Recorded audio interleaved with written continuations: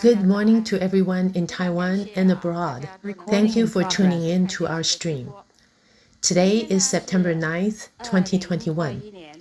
I, Professor Hwan C, and Dennis Peng are coming to you separately from Taiwan and Eastern and Central USA to bring you this international press conference regarding Tsai Ing-wen's thesis.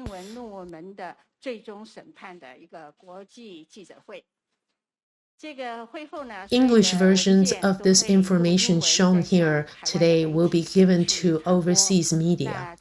We will also make this stream available after this press conference is over. All of the documents shown here today will be released on our Facebook pages. This way, information will be available to anyone who is interested in learning more. Let me introduce you to my fellow hosts for today. Everybody knows Professor Peng. Say hello, Professor. And Professor Hwan C. Lately, we've been very busy. We're looking at and analyzing information day and night. This press conference was supposed to take place on August 28th. Why that date? Well, 2 years ago, on August 28, 2019, Professor Lin went to the London School of Economics to read the so-called thesis Tsai Ing-wen sent to the school by way of a fax machine. Professor Lin spent 2 months compiling all of his findings and observations into a meticulously crafted independent report. That was 2019. After we formally introduced Professor Lin's report in the legislature, that was when discussions around Tsai Ing-wen's thesis began. On September 10th, shortly after this thesis controversy began, Professor Lin and I were accused of slandering our country's leader, a charge very rarely seen under a democracy. After 2 years, we are engaged in several unfair court cases where we are often at a disadvantage. For example, the president has immunity privileges. She doesn't show up to court, and whatever evidence she provides is one-sided. We have reason to believe most of that evidence is forged. The courts are no longer impartial keepers of justice like they should be. Their mission now is to erase any doubts the people might have with government agencies.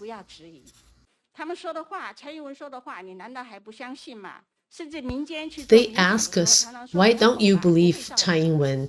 Would a president really commit fraud? These are the conditions we must face in court. We're pretty much facing political persecution, though the other side wouldn't punish us too gravely. We three are simple academics. We never had any overwhelming ambitions like going into politics or becoming enterprising business owners. We're just simple scholars. We do, however, insist on protecting academic integrity. We uphold our ethics. Our role as scholars is to carefully discern facts from fiction and help the people hold our government accountable. As an academic in the field of law, I believe that is my life's purpose. Neither Professor Lin nor myself were indicted under these unfair and slanderous circumstances. But they did go after Professor Peng. The reason? They say that Professor Lin and I did our due diligence and truly believe what we said. They didn't even address the dishonesty of Tsai's thesis. On the other hand, authorities said that Professor Peng is in it for the money, and that's why he is getting charged with crimes. Suggesting such a motive is damaging and insulting to people like us. It's intolerable. Internet users say that we're on a smear campaign and that the courts need to sentence Dr. Peng. I believe that the judiciary is being used to advance agendas. The public is being brainwashed into thinking the courts have the final say in the matter. We've never once stopped our effort to uncover the truth over the past 2 years. We've constantly collected information, and we believe we have accumulated a compelling case. We believe this investigation into Tsai's thesis must continue despite a biased judiciary. This case isn't so simple. This isn't just some lie Tsai told 37 years ago.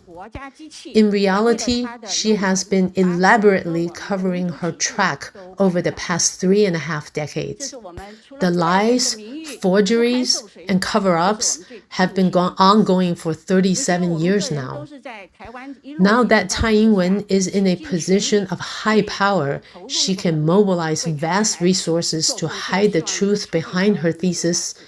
In the process, she buried Taiwan's democracy along with her lies. Aside from the damage to our reputation, this is one of the most regrettable consequences of this scandal. We have lived and grown under Taiwan's budding democracy and have dedicated ourselves to its preservation. Who knows what one lie could undo all of the hard work we have been doing for the past 40 years. So today, we're going to share with you all of our information. There's a lot to go over, but it's best to be comprehensive. We want to err on the side of caution and be as precise as possible, so that's why we delayed this press conference 2 weeks ago.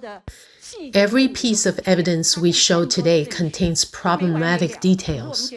We think we've gathered enough convincing information, so that's why we've called for this press conference. My report will consist of 3 parts.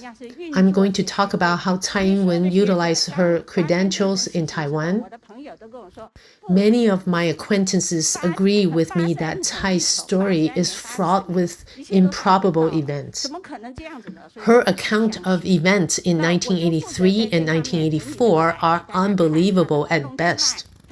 I've gathered information on Tsai's activities.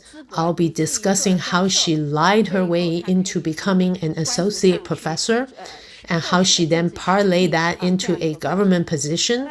From there, I'll look into her rise to power. Professor Hwan Ling will explain the part most people are concerned about, the evidence. The presidential office insists that the London School of Economics confirmed Tsai's doctoral degree in letters, and that those letters can act as definitive proof of its legitimacy. When we ask for actual tangible evidence, we're thrown into a cycle of one institution vouching for the other. This is a very authoritarian way of thinking, and is not a good reflection of democracy. It's a very frightening notion. Much of the evidence Professor Lin will show today has already been presented on Professor Peng's show. I will then go over everything presented and offer a final conclusion. Out of the 3 of us, Professor Peng has suffered the most damage. He's still tied up in courts, and he's being dragged through the mud. He receives unfair treatment despite his goodwill. His cases are either delayed or the courts simply flat out refuse to hear them. Judges willing to hear him out are removed. He will be describing the injustice we've been subject to and pointing out the system's flaws. If we are to save Taiwan, then we must save the judiciary first. I will begin my explanation. I've divided Tsai's fraudulent schemes into 3 parts. First, let's see how she lied her way into a degree and lied her way past having a thesis in 1983. I believe the machinations behind the scheme began before 1983, but I won't talk about anything before that because that concerns her upbringing. I won't get into that.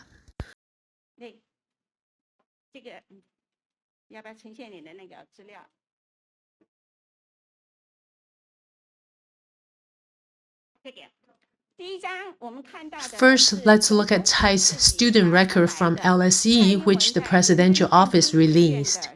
This document is where our investigation started. It was one of the first clues we looked into. What's wrong with it? Professor Lin will go into details about it later, but just by looking at this document, everyone will see my first problem with it. I have never seen my students record any school I have been to. I have never seen my student record at any school I have been to, whether it was at National Taiwan University or while I was studying in the US, much less get my hands on one.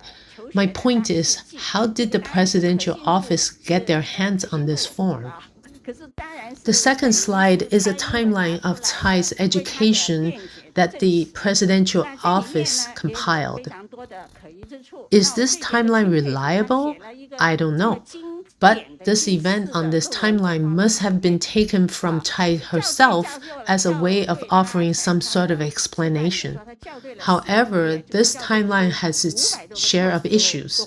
For one, it said that Tsai wrote her entire thesis in 5 months, which, if true, is very admirable.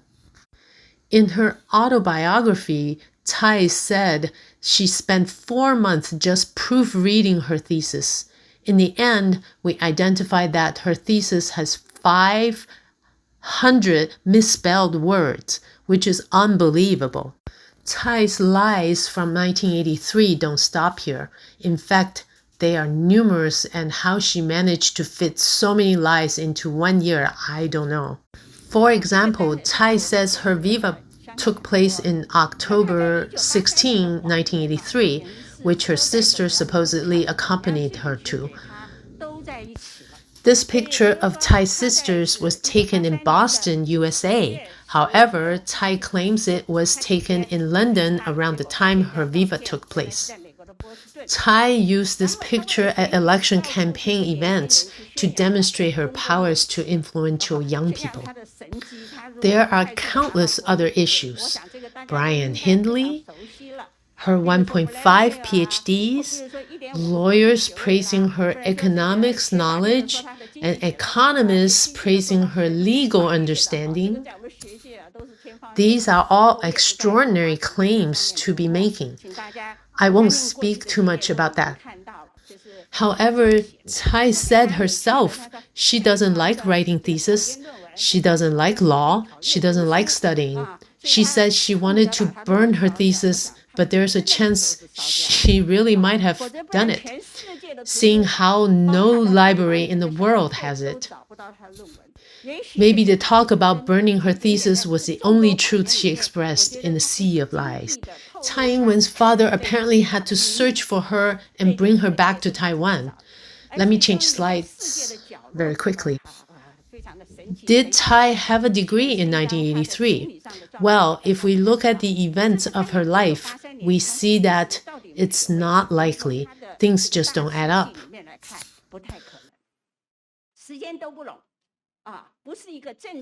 Law academics like me know that studying law, especially abroad, is a very difficult thing to do.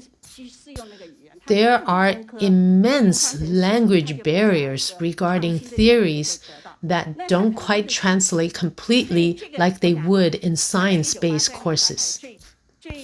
What we can infer is that in 1983, Tsai began fabricating the illusion that she had a degree.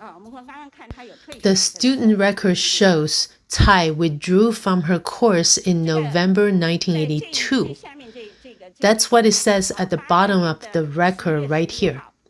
WD from course on November 10, 1982. The Presidential Office skipped over this detail in its timeline. In September 1983, I was in London. I studied at Cambridge for a year. Even back then, LSE was a very reputable school with a century-long history. It's a very respected institution for us legal scholars. I often went to LSE to seek advice from its faculty. It's a very respected institution with many hurdles to entry. It's not as easy as Tsai wants you to believe. So if Tsai really withdrew from LSE in 1982, according to UK immigration law at the time, she would have had to have left the country within 2 months of the date she withdrew because she didn't have a visa. Even Tsai's sister said by 1982 they were both back in Taiwan. What did she do after returning to Taiwan in 1982? Well, let's take a look.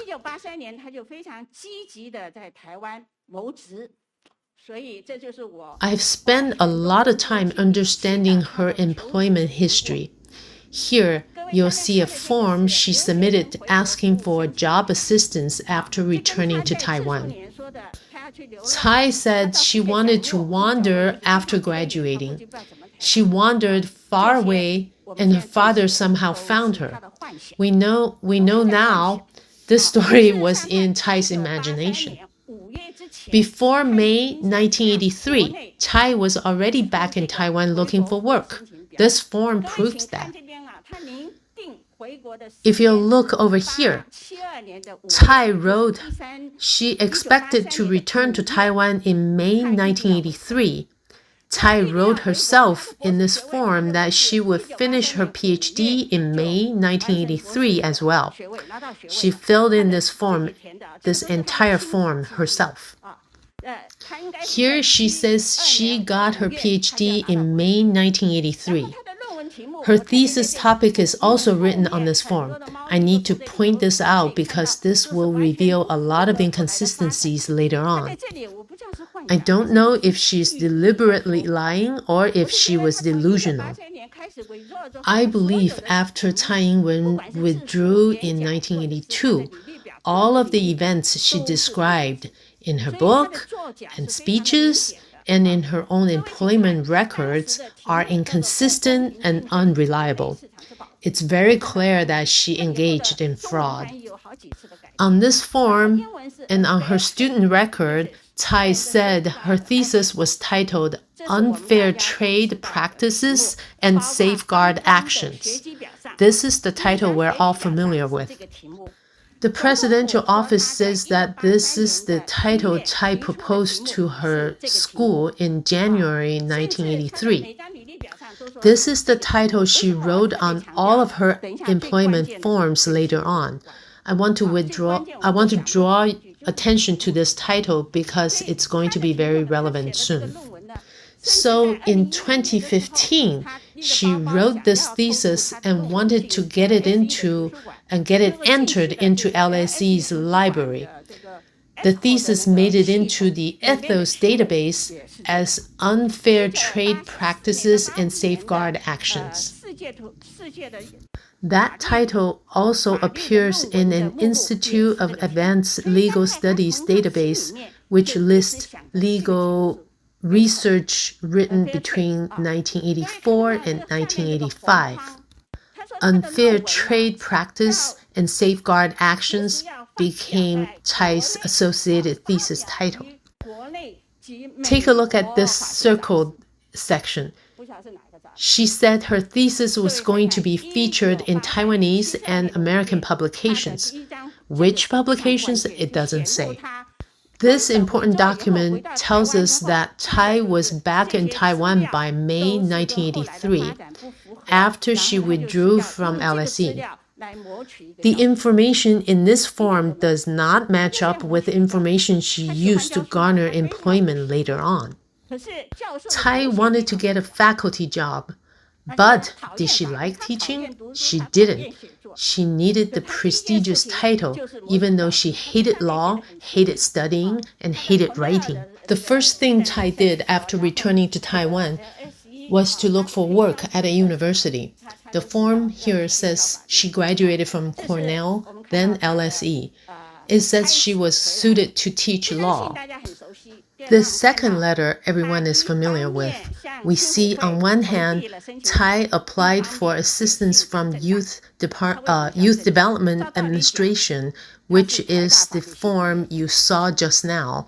On the other hand, Tsai was writing letters to National Nccu University, NCCU. Why did Tsai Ing-wen want to go to NCCU? Tsai graduated from National Taiwan University and had a degree from LSE. NTU would have tripped over itself to hire someone like her. Academics like us dream of returning to teach at our own alma mater.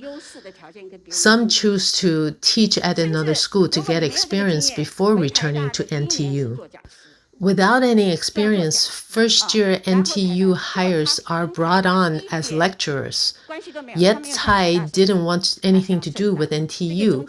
She had her sights set on NCCU. Why? Well, that's anyone's guess. She wrote to Liu Tiezhen, head of NCCU's law department at that time. I believe Liu is a scholarly and noble man. I think in 2019, he was pressured into writing a letter vouching for Tsai. I feel terrible for him. He's a very respected academic. Liu said in his letter that Tsai Ing-wen wrote him in 1983 many times. In the following year, Tsai brought her diploma and thesis to him in June and July. Here we see the title Unfair Trade again. Liu says he agreed to hire Tsai shortly after. Nobody, not even the Education Ministry, has ever seen an original copy of Tsai's diploma. Only photocopies, which is unlawful. Liu Tiezhen left NCCU in 1983. He was no longer the head of the school's law department in 1984. However, I believe he was well connected because when Tsai left NCCU for Suzhou University in 1991, she specifically wrote she joined NCCU with Liu's support. But Liu had left NCCU by the time he said Tsai Ing-wen joined the school. We do believe he helped her get hired at the school, and that's why she specifically thanked him when she went to Suzhou University in 1991. Perhaps it was this show of gratitude that compelled Liu to write his 2019 letter.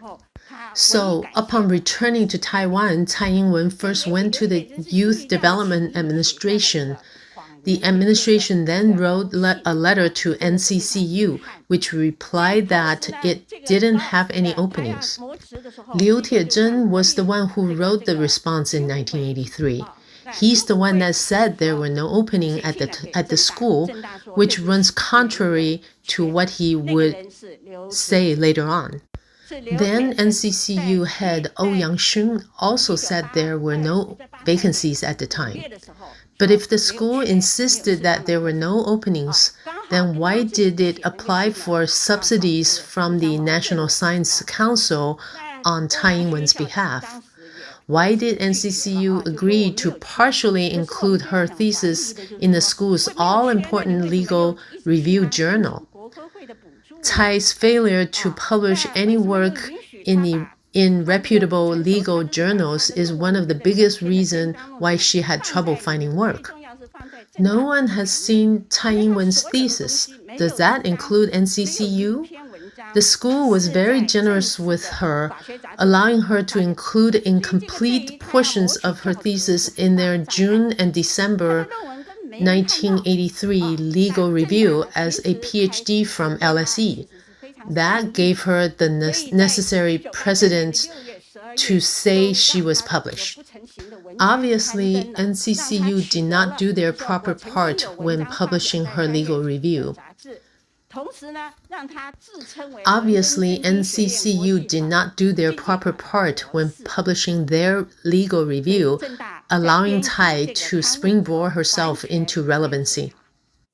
But all of this information conflicts with the presidential office's timeline. The presidential office says Tsai got her PhD in April 1984, but here we see she began calling herself a PhD in June and December of 1983. National Taiwan University did the same. NTU once called Tsai Ing a guest associate professor at a panel it hosted. This is what I believe happened. NCCU had Tsai Ing-wen listed as its faculty roster beginning August 1984. During this time, Tsai went out and vastly exaggerated her title. Unfortunately, she'd bamboozled NCCU and NTU into thinking she was something she was not. The schools failed to verify that information too. At that time, there was a line of trust between schools and faculty. Schools took it on people's honor to say they were who they were, and they didn't think people could be so shameless. But because she got away with selling herself as someone with a PhD, she just kept doing it. In October 1983, Tsai referred to herself as a professor in an article she wrote for United Daily News. Remember, this was a time when the presidential office said she did not have her PhD yet. Next, I'll show you 3 interesting slides. Our president, impressive as her achievements are, is incredibly humble. Our great president, on 3 separate employment forms, said that the greatest achievement of her life was getting her PhD. Presidents need to be big picture people. They have to have visions and plans for how to take care of a country and its citizens. Ideally, they should have been involved in democratic movements and have contributed to Taiwan. They shouldn't be so conceited. Even in 1992, when applying for work, Tsai said the greatest achievement of her life was getting a PhD. I believe that at this point, Tsai has firmly convinced herself she does have a PhD. She marketed herself constantly with this made-up degree. I have to point out that in her NCCU service record, Tsai is listed as an associated professor between 1986 and 1990. Before that, between 1984 and 1986, she was listed as a guest associate professor. Guest associate professor, meaning she was never a lecturer. She believed she had a degree. She told everyone she had a degree. And because she told everyone she was a PhD, she couldn't possibly settle for being a lecturer. This shows her mutually beneficial relationship with NCCU. Next is how Tsai garnered employment. This is very, very important. When Tsai was looking for work, I believe her father stepped in, or she leveraged her family's connection, or even made monetary exchange to increase her odds.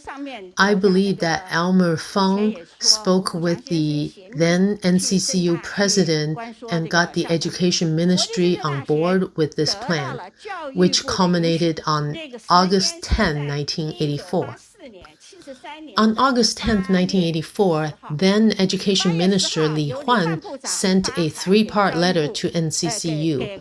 The first part explains that his letter was at the behest of the National Science Council. This is important because it's the National Science Council. What does the National Science Council have to do with the Education Ministry? Technically speaking, the council sits below the ministry organizationally. The Science Council shouldn't have had any right to tell the ministry what to do. However, the ministry receives a letter from the Science Council compelling it to action.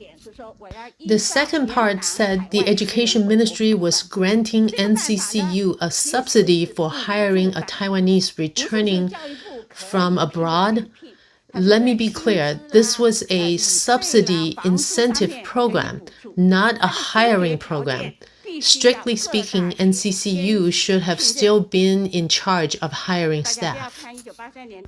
Schools had a good deal of autonomy even back in 1983. That was especially true for schools like NCCU and National Taiwan University. Up until 1988, the Education Ministry had nothing to do with hiring selection at universities.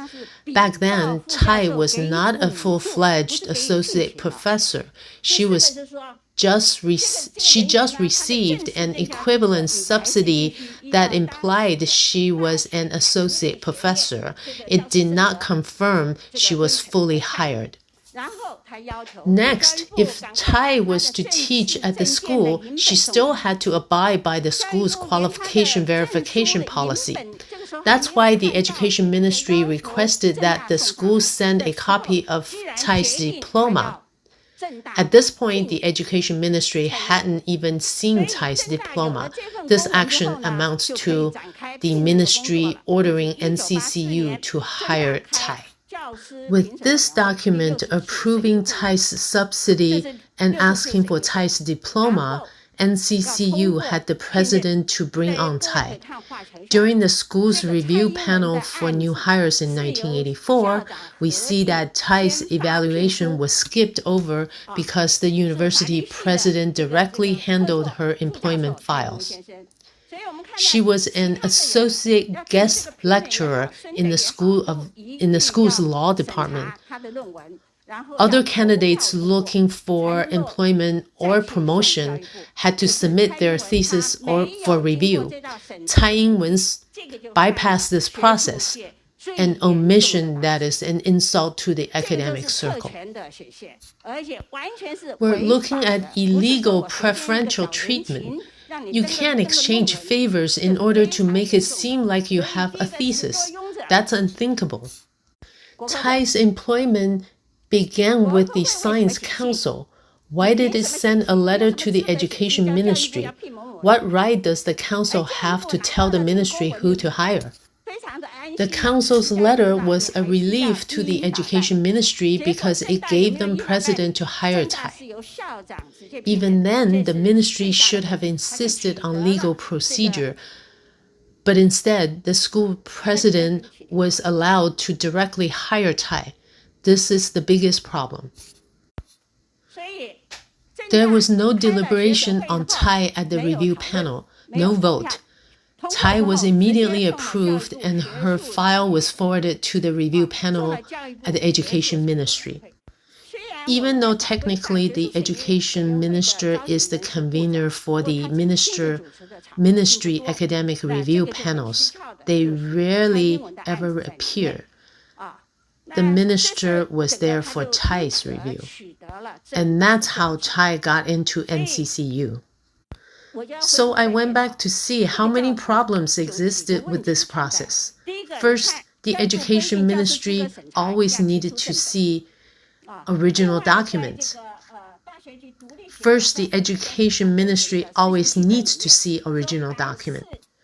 University regulations regarding faculty verification clearly states that photocopies and reproductions of credentials are not allowed.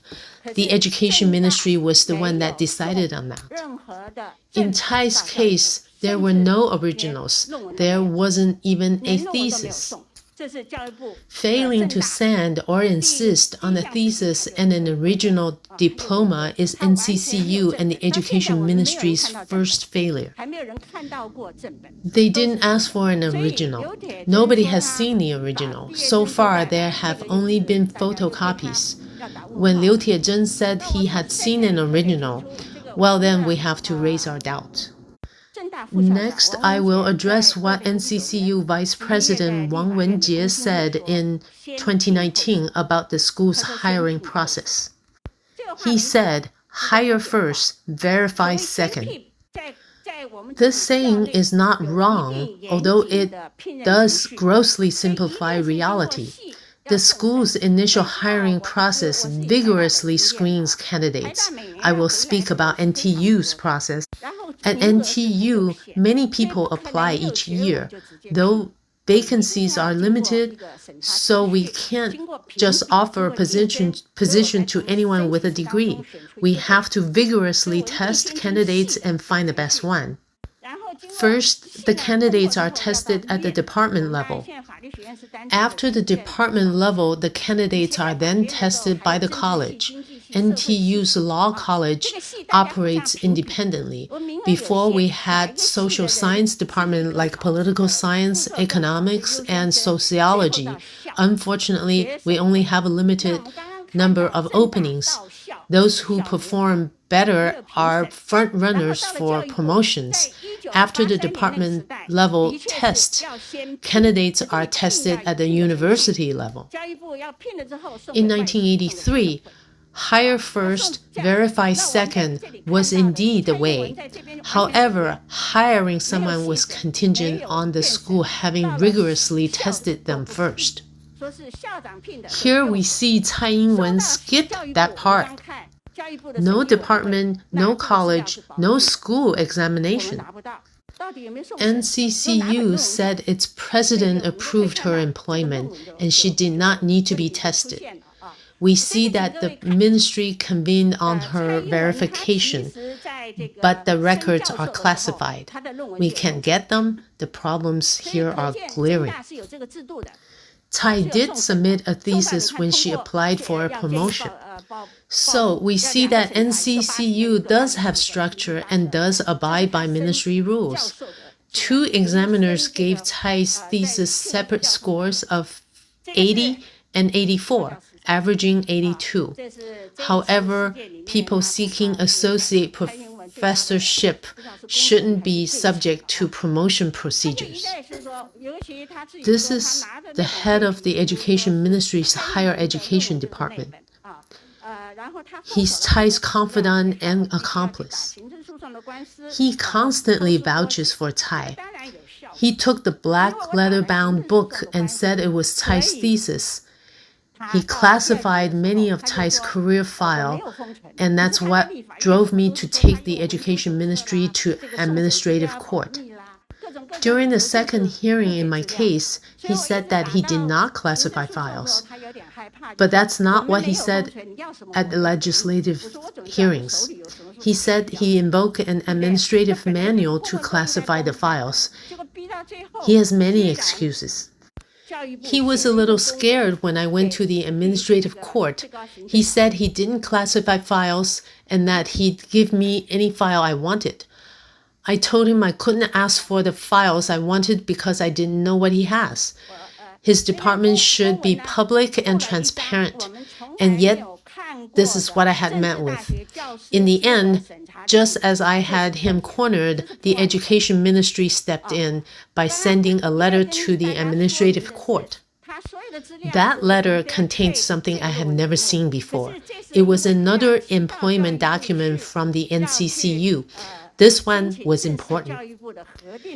As we pointed out earlier, everywhere else, Tsai referred to her thesis as unfair practices and safeguard actions.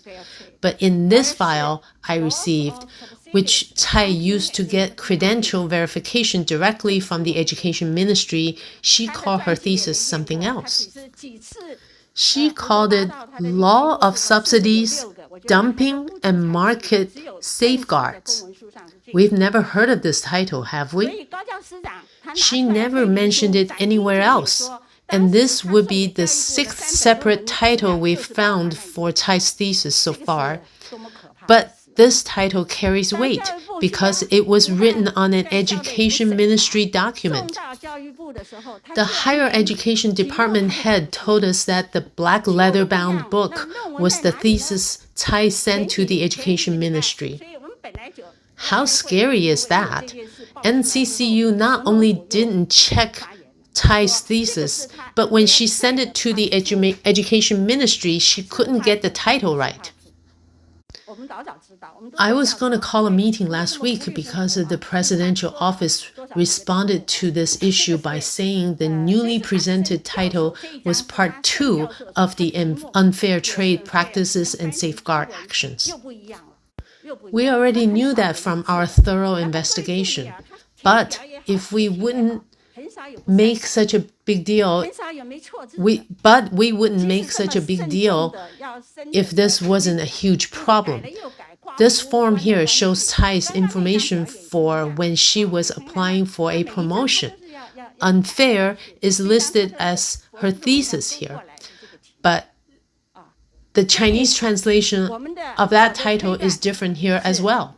Rarely does anything add up with her. But also, please notice how many corrections are in this form.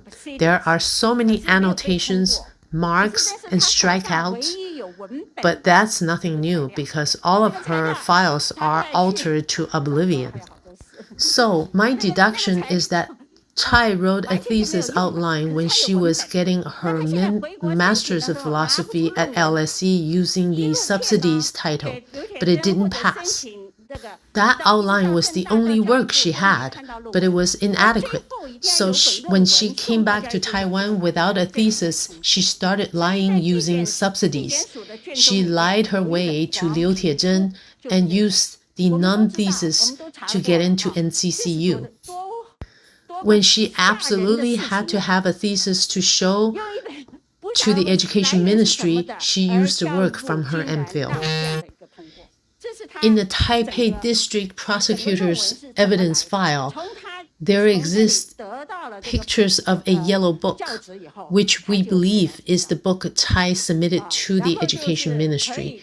We know about it. We've seen it. The Education Ministry approved Tsai Ing-wen's application to become an associate professor. That's how her thesis came to be. After she got a job, she just kept adding to it. Then she used the work over the years to move up the ladder. Did Tsai Ing-wen apply herself in her teaching job? Well, everything she does serves her own self-interest, so her heart was never in teaching. She hated studying, she just needed the job for the prestige. I didn't know how such a job title could be so useful. I didn't know such a job title could be so useful. Using it, she worked at several large law firms. A few years ago, the examination ministry said that Tsai Ing-wen requested that it verifies her degrees so that she could take part in the 1987 civil service exam. I was going to talk about this, but I'm out of my time. I may have to defer to Professor Lin. I will pause here for now, but for anyone curious, Professor Peng has delved into this in his show. He revealed that only a very special exam requires a degree to be tested. The exam in question is a known channel that allows certain people to obtain high government positions. Only privileged individuals who typically have the means to get a PhD from abroad are allowed to take it. The senior positions test takers are granted access to would allow them to bypass decades of work experience required for such jobs. We know of many people who have taken this test. Ma Ying-jiu, David Lee, among others, all got their high ranks through this test. Tsai will do whatever it takes to serve her own self-interest. She's always looking out for herself, and she will find ways around not having a thesis or a degree. She will never forego benefits available to her. Someone asked me why Tsai believes she has a thesis. I think this is psychological. Over the years, she's constantly told herself she has a thesis. She says it's her proudest achievement, and that's why she believes it. She believes it. She really believes it. So that's why she refused to be a lecturer. Then, after she wrote a so-called thesis, she believes she has a thesis. So why shouldn't she have applied to become an associate professor? What's wrong with being a guest associate professor? You enjoy higher pay and receive various stipends from the government. The job still gives her retirement benefits. Throughout her time as an associate professor, Tsai worked at many large law firms, working part-time as a consultant. As soon as a new, better opportunity comes up, Tsai goes for it. That's why she left NCCU for Suzhou University and then went back to NCCU after a while. Tsai will go wherever it best serves her interest. I will end here for now, but this is how Tsai got her job in academia. In the third part, I was going to speak about how much forgery, fraud, coercion Tsai had employed to cover her track over the years. Many people have become complicit in her ruse, and it is terrifying. But because I have spoken too much for too long, I will now defer to Professor Lin. Thank you, Professor He, for your comprehensive breakdown of Tsai Ing-wen's strange education history over the past 37 years. I'm sure everyone agrees after that report. That is, Tsai's education history is very unusual. From this information, we get a feel for how she used her fabricated history to climb the ranks. Of course, there is a network of conspirators in Taiwan. For my report, I will show you that there are also conspirators in the UK.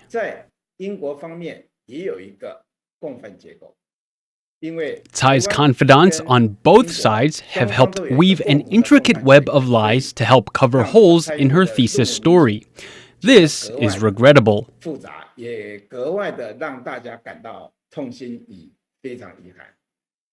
Allow me to share my screen, and then we will begin.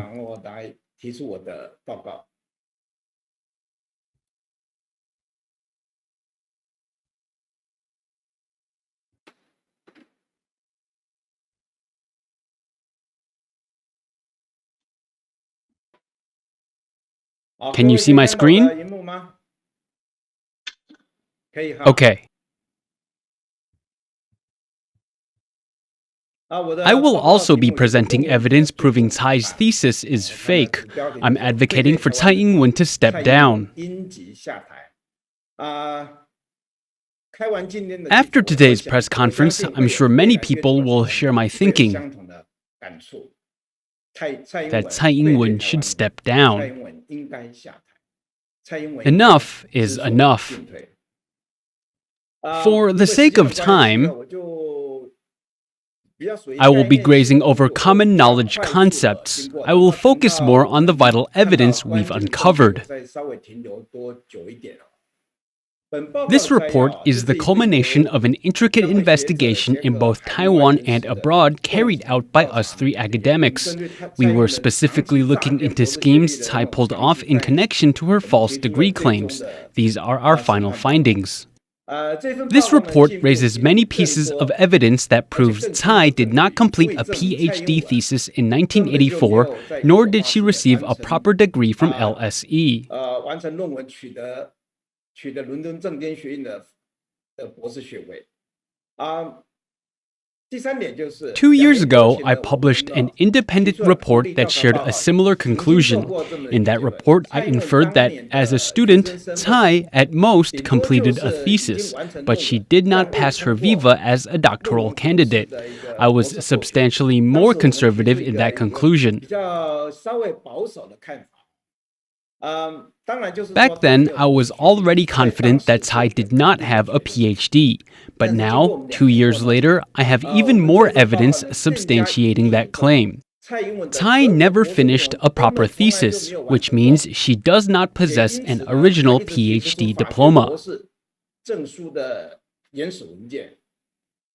She now uses her power to sow chaos, using forged documents to lie to Taiwan's people.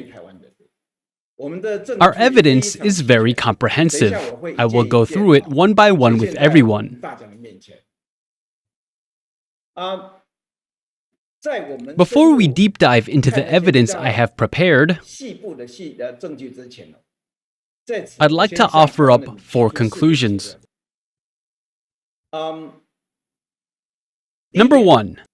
Tsai Ing-wen's falsified credentials helped her rise to power. She is an illegitimate leader. Tsai ascended on the back of privileges granted to her by a one-party state. She had unfair advantages in her rise to power and damaged the equal opportunity everyone in this country has rights to. The second conclusion I'd like to make is that Tsai Ing-wen defiled academic ideals in her efforts to cover up her thesis scandal. She infringed upon legal morals and ethics. She mobilized the establishment and took away basic human rights, irreparably damaging Taiwan's democracy. Third, Taiwan's academic, bureaucratic, judicial, and media personnel are also involved in the cover-up of this scandal. At the same time, we urge LSE, the University of London, and Nccu to come clean about their involvement in this scandal. Absolve yourselves from being part of this crime ring.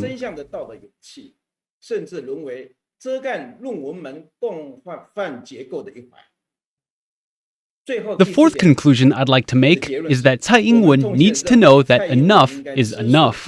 We call on her to admit her mistakes and reflect on her wrongs. She has shamed herself enough. She must put an end to the damage she has inflicted on Taiwan's core values.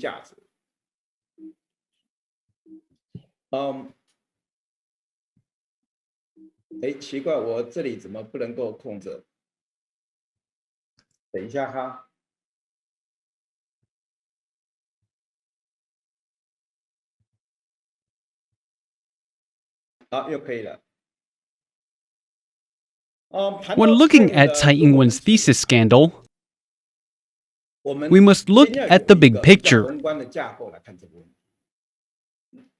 There are 4 major problems with Tsai Ing-wen's degree. First, records indicate that Tsai prematurely withdrew from her course at LSE. She did not finish. She left within 2 years. The second problem is Tsai Ing-wen does not have an original PhD diploma. She's never shown an original. Everything we've seen are photocopies or reissues. The third problem is the University of London has not released any information about Tsai Ing-wen's Viva exam. We still haven't seen anything. The fourth problem is the University of London has no formal record saying Tsai submitted a proper thesis. This is Tsai Ing-wen's student record that the Presidential Office released on September 4th, 2019. I'll point out the issues with this document later. There are many. I have here the 3 diplomas Tsai Ing-wen has publicized. The source of these 3 files is unclear. We're certain that these 3 documents are fake. They are indeed fake. 2 years ago, I already determined them to be fake, and I maintain that stance even today.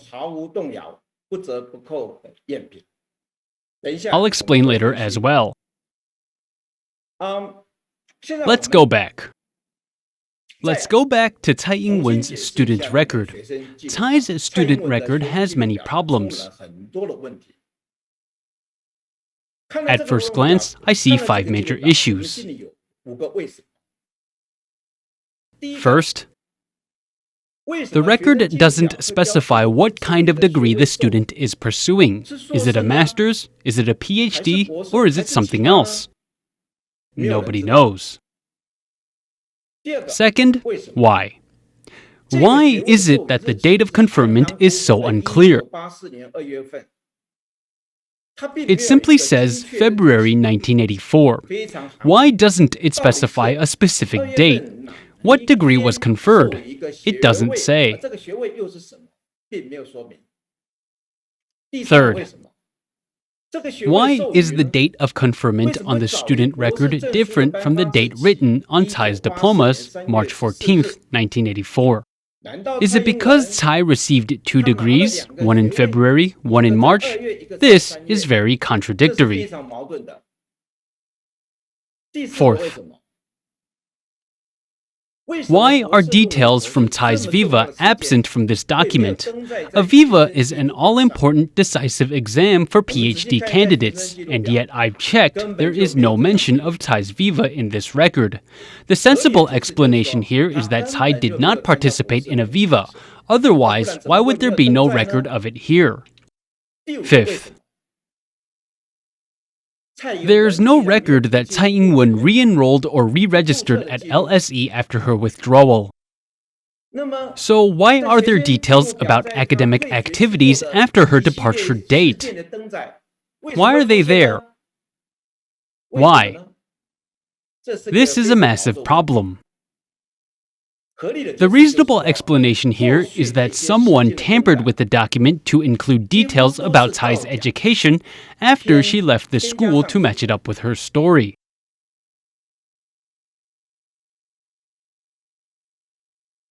Next, let's take a look at events in London and Taipei. Tsai Ing-wen has accomplices in both places to help maintain the illusion that her degree is legitimate. In London, there's a woman named Rachel Maguire who claims to be an information and records manager at the London School of Economics. 2 years ago, on December 11th, she sent a letter saying Tsai's viva took place on October 16th, 1983.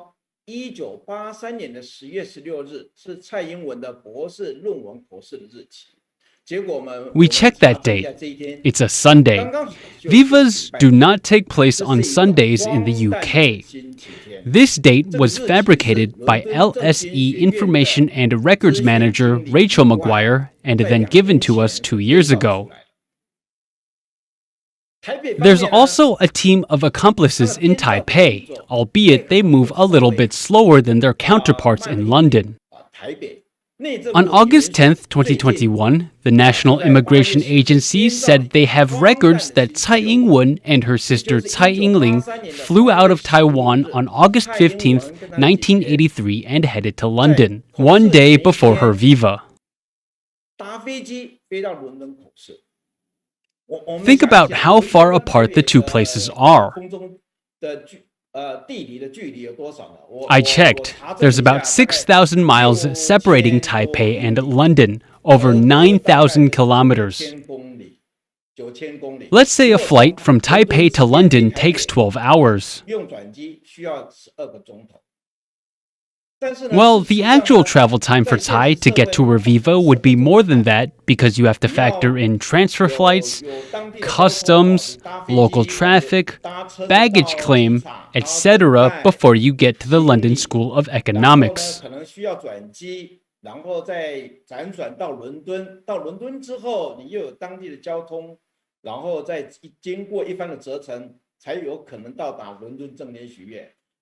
You'd be tired and jet-lagged after your flight. So, does it stand to reason that Tsai Ing-wen would travel to LSE to take her viva just 1 day before it's scheduled to take place? This is an absurd account of events. If anything, this information shows that people in Taipei and London are coordinating to get their respective stories straight.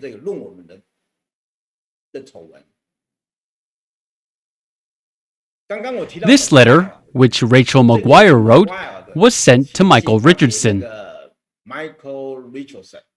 It says here Tsai's viva took place on October 16, 1983.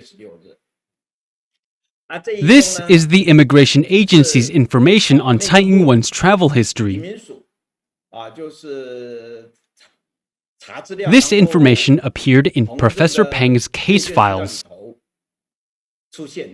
It says Tsai left Taiwan for London on Saturday to attend her viva, which is absolutely ridiculous.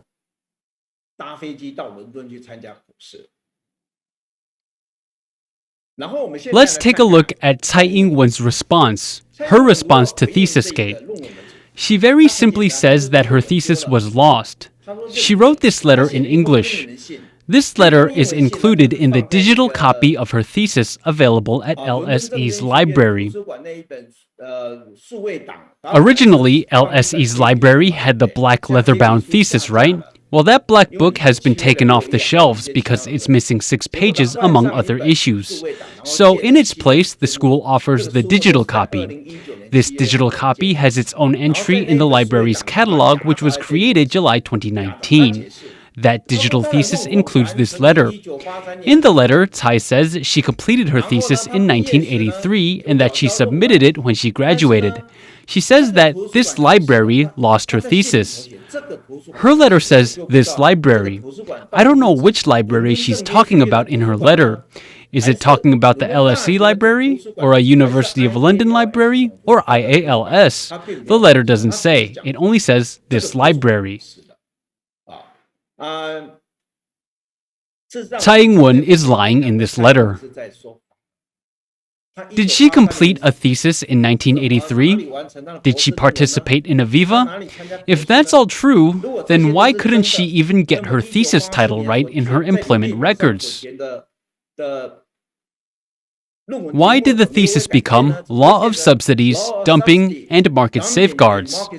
It's impossible.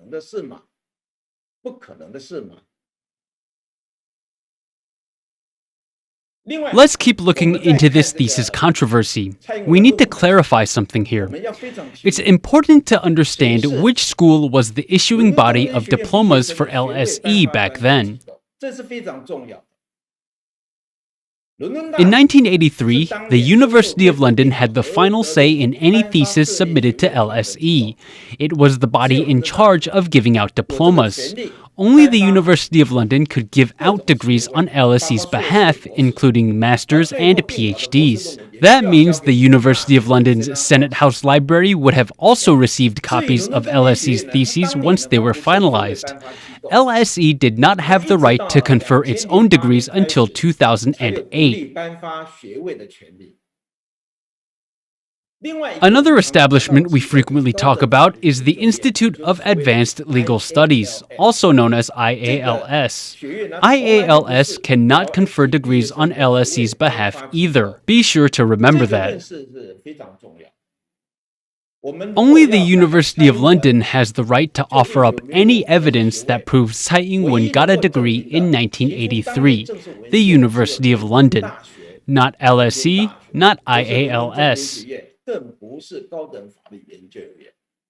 Many people look to LSE's statement on Tsai Ing-wen's degree or IALS's legal journal's inclusion of Tsai Ing-wen's name as proof that Tsai has a degree and thesis.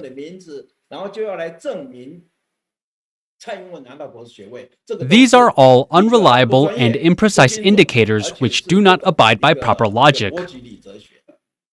IALS's legal journal, including Tsai Ing-wen's name, is not good enough for us to conclude that Tsai has a degree. The only thing that can prove that Tsai has a PhD is if the University of London comes out with an official document from back then saying so. Neither LSE nor IALS can act as competent authorities to attest to Tsai's degree.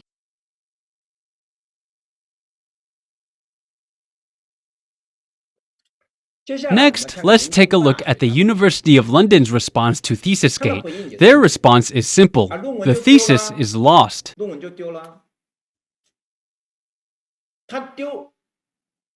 Even the UK's Information Commissioner's Office backs this explanation.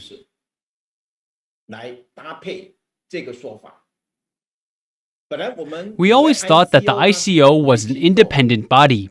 In theory, the ICO should act as a neutral party in this thesis discussion and take reasonable action. The ICO should aid us in our investigation, but not only does it refuse to help, it finds the explanation that Tsai Ing-wen's thesis was lost sometime between the mid-1980s and 2010 plausible.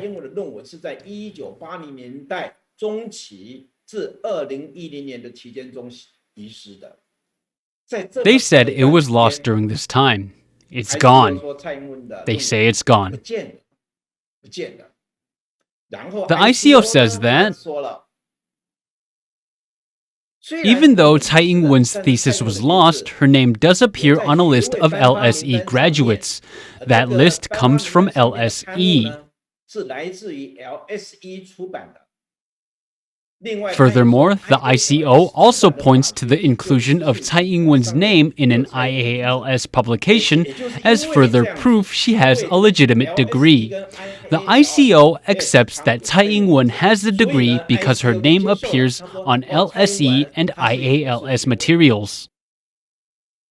I just said that in 1984, the University of London was the one that had the right to give out degrees.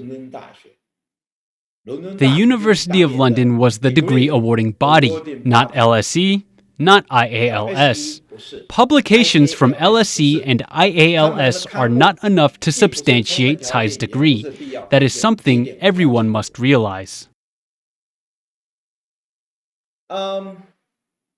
Now that we have looked at Tsai and UOL's response, I want to show you 3 questions the University of London has yet to answer. First, why is it that out of over 100 graduating PhD candidates in 1984, Tsai Ing-wen is the only one whose thesis can't be found at the school? It's not in any school libraries. IALS doesn't even have a record of the thesis entering its collection. Tsai Ing-wen is the only one.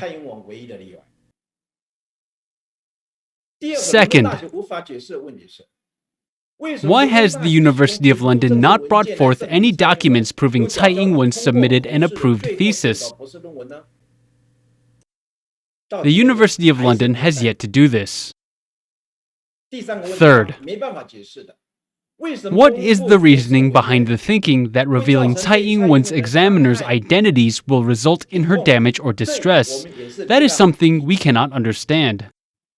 The only reasonable explanation for those 3 questions is that Tsai Ing-wen did not submit a proper thesis, nor did she obtain a PhD. This is something that the University of London does not have the courage to admit. It does not have the courage to tell the truth. This is the ICO's letter saying that it believes Tsai Ing-wen's thesis was lost sometime between 1980 and 2010. We have proof of everything we say. We do not speculate. Next, I will be addressing this controversy head-on. Here are 8 definitive pieces of evidence proving Tsai's academic dishonesty. All of the evidence here is conclusive. I do not have enough time to pick apart each one. I have already presented some of this evidence in the past 2 years. Some have already been detailed in publications. So, I will dedicate most of my time today to reporting on the new, never-before-seen evidence. After I share this evidence, Tsai Ing-wen will be thoroughly exposed.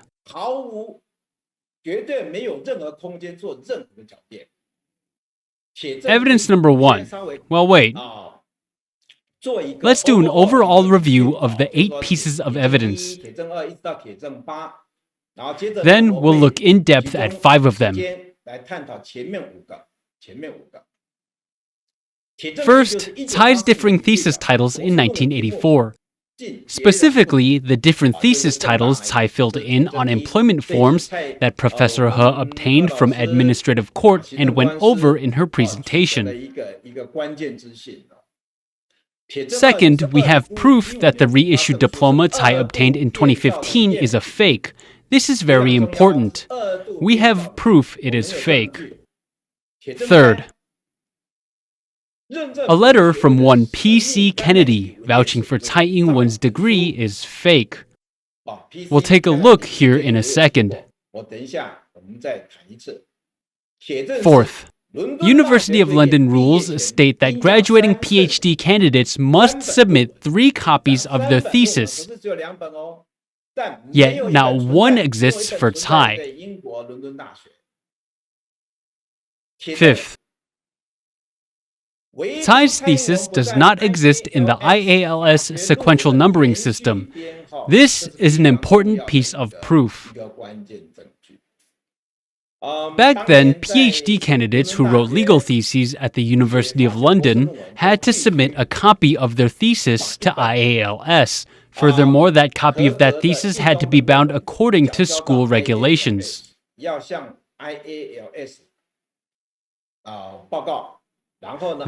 IALS would number these theses sequentially. We'll talk about this later. Sixth. Evidence number 6. There are no records of examiners submitting Tsai Ing-wen's thesis. I do have an email that attests to this, but I will not have time to go over it.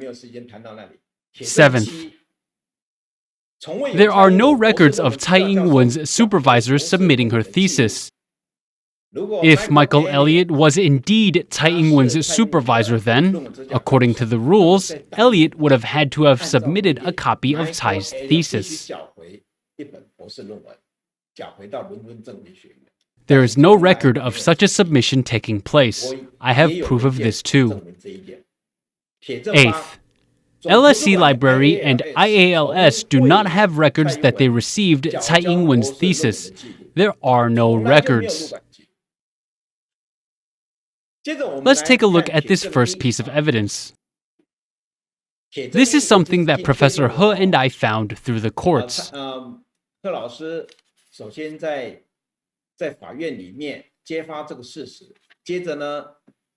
We've talked about this evidence on Professor Peng's show.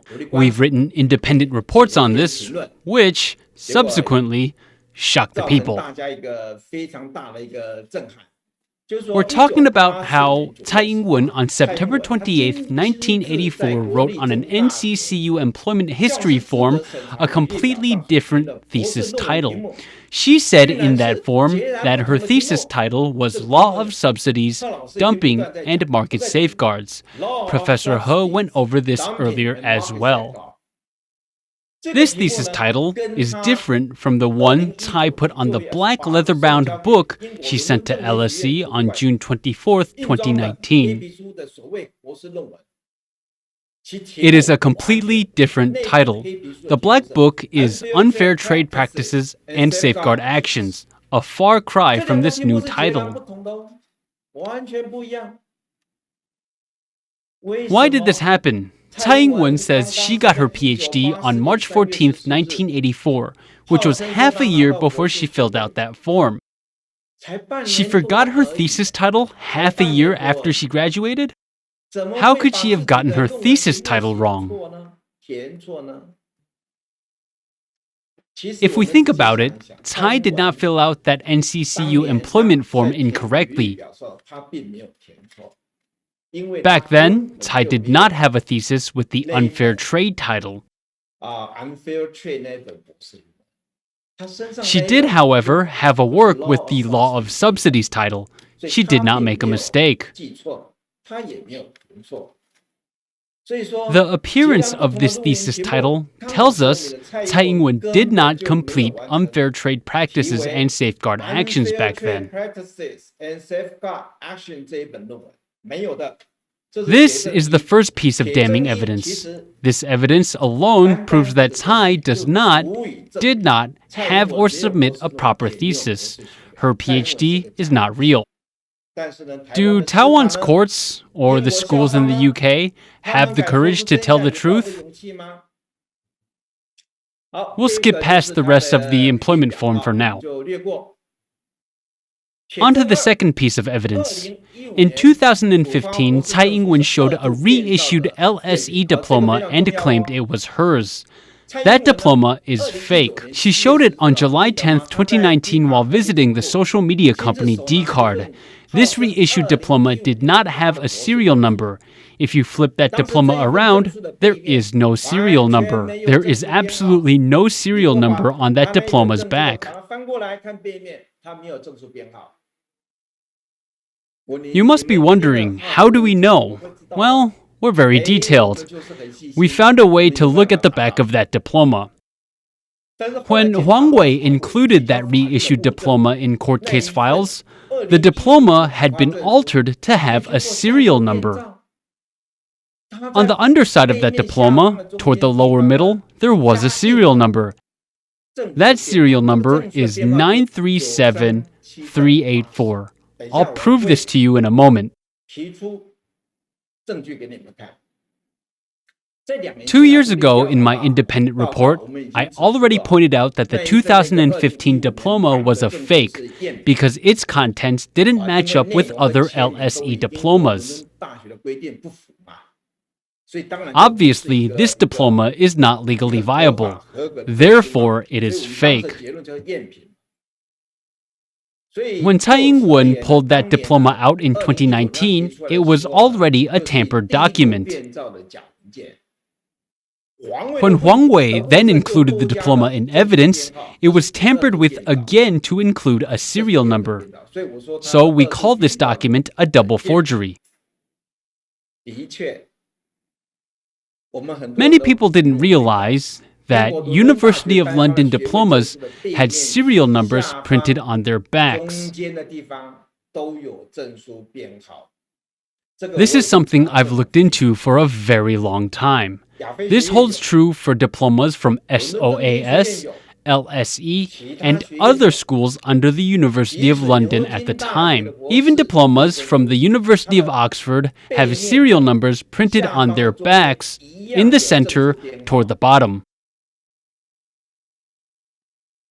Serial numbers are there for record keeping and preventing forgery. Tsai Ing-wen's forgery team knows about the serial numbers. They know about them. That's why they committed the second act of forgery on the replacement diploma. Unfortunately, we caught them in the act. I'll show you how. This is the forged diploma which Hwang Wei placed in the courthouse's files. It is the front page of Tsai Ing-wen's 2015 diploma. Now I'll show you the back page. This is the back. If you look closely, do you see it? On the back, toward the bottom center, you will see a 6-digit serial number. 937384. This was added after Tsai first showed it. It's important, so I'll say it again. This serial number showed up only after Tsai first displayed the diploma. The serial number was only added after Tsai's visit to D-Card. Who put the serial number on there? I don't know. Now, let's take a look at Tsai Ing-wen's July 10th visit to D-Card headquarters in Taipei. Here, Tsai is shown handing her diploma over to the D-Card CEO. Take a look at the back of the diploma. If you look closely at the lower center back of the diploma, you'll see there is no serial number. You might think that the image is too small and we can't see clearly enough. It's okay, I will zoom in and show you. When we take a closer look, do we see any indications of print? Do we see any 6-digit serial numbers? No. I'll zoom in even further so you can see. Do you see? There's nothing. No print. It's completely blank.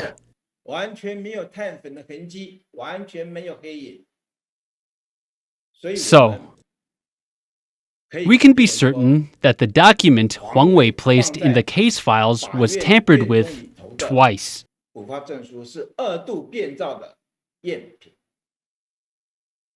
Based on the two pieces of evidence we've gone over so far, we can definitively conclude that Tsai Ing-wen doesn't have a PhD.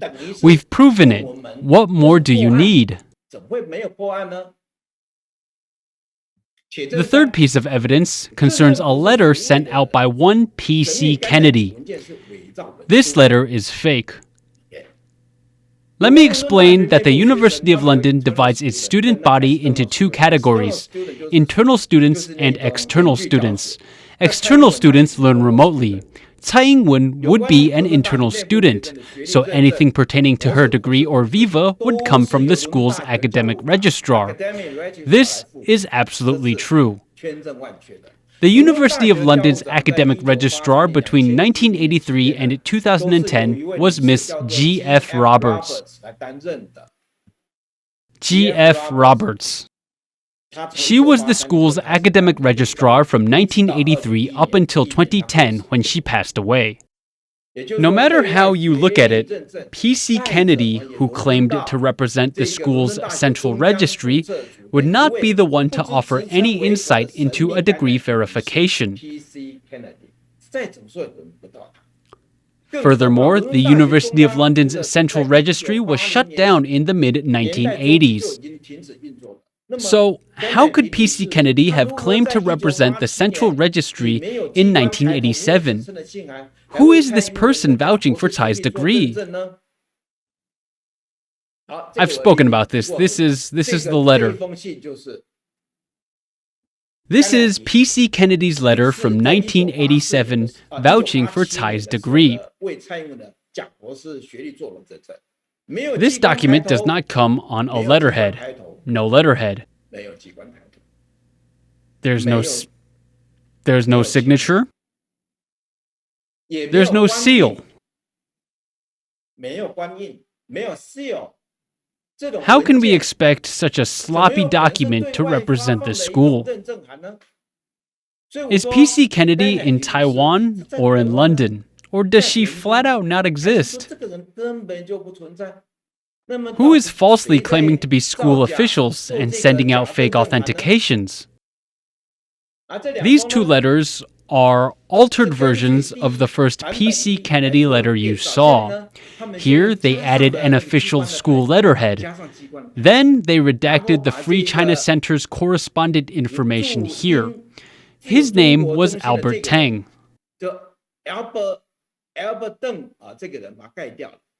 In this version of the letter, they flat out did away with it. Now that you see these three letters, do you still think they're authentic? How is this not forgery? This absolutely is forgery. Next, I'm going to show you the contents of the letter. Let me zoom in so you can see it. I want to show you that there's one very important sentence here by P.C. Kennedy. She says Tsai Ing-wen's degree was awarded after she submitted a thesis title.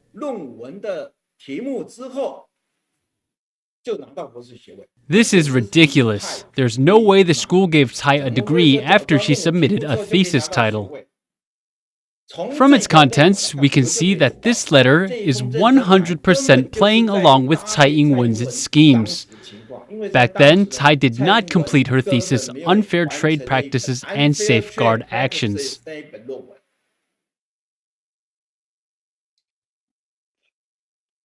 The fourth piece of evidence. This is also very important.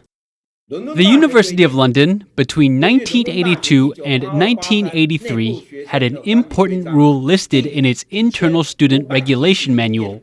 On the 1511th page, there's a rule that we've spent a lot of time looking into. We'd like to thank Thesisgate followers for providing us with this information. The school stipulates that any PhD candidate must abide by the academic registrar's rules and do three things. First, the candidate must submit 3 copies of their thesis after they complete their viva. This, of course, refers to 3 final editions of the candidate's thesis. Of the 3 copies submitted, 2 must be bound in a blue hardcover and formatted properly, according to the school's dimensions. The third copy doesn't need to be bound in a hard cover, but it does need to be bound. 3 copies, not 2. Of the 2 blue-bound copies, one must be sent to the Senate House Library, the other IALS. The rules don't specify where the third copy goes, but I assume that it's supposed to go to the candidate's supervisor. But ultimately, that copy should be returned to the LSE library eventually. I have an email here that attests to what I just said. But here's the takeaway.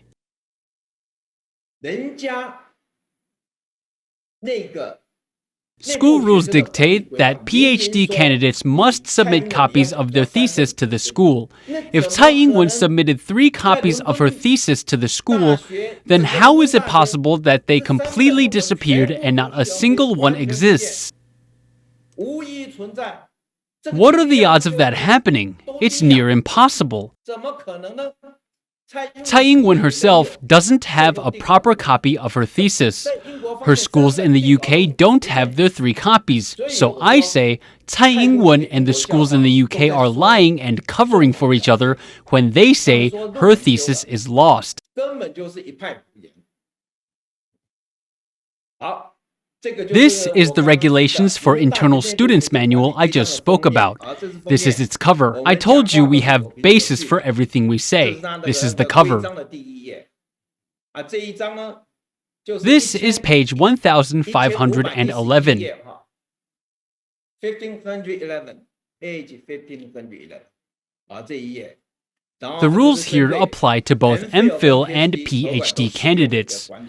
It says here very clearly in Article 11.7, a candidate will be required to submit 3 copies of his thesis, either typewritten or printed, of which 2 copies must be bound in accordance with instruction obtainable from the academic registrar. The 3rd copy must be at least adequately bound. 其中2份呢，必须要 bound， 就是要装订本，然后根据那个教务长的规定，然后做一个蓝皮一装本的一个装订，然后第3本就是 the third copy。 Here, 3rd copy is emphasized in the rules, and when I hear 3rd copy, that raises many questions in my head. 很多的问题。我记得在2000 I remember in 2019, I received an important email telling me that in 2011, someone tried to smuggle a thesis into the University of London's Senate House Library and the IALS Library. The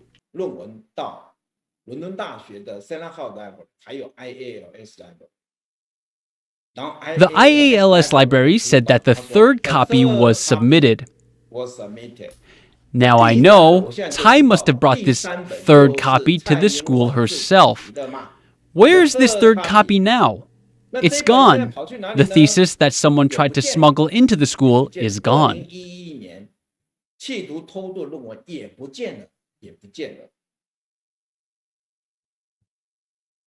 The 5th piece of evidence is that Tsai Ing-wen nor her thesis are registered in IALS's sequential numbering system.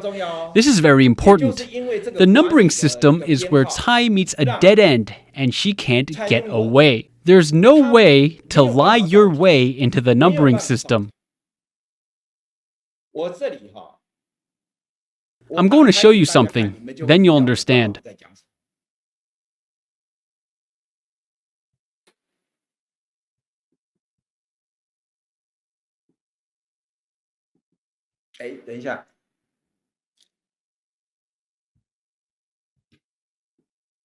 OK， 这样就可以了。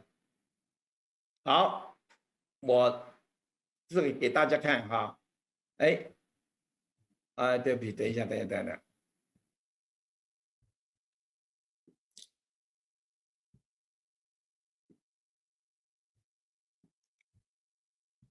Take a look.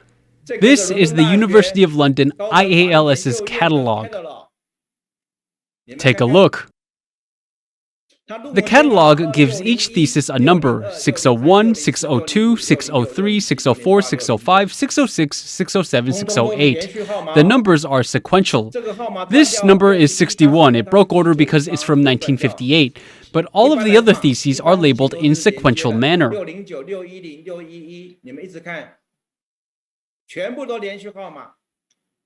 When we come to 1984, we find someone who graduated with a PhD in law. This person graduated with a law PhD from LSE in 1984. There were 2 people who graduated with law PhDs from the school that year. One was Smith, the other was Molina. There should be a 3rd, Tsai Ing-wen, but her thesis is not listed here. See for yourself.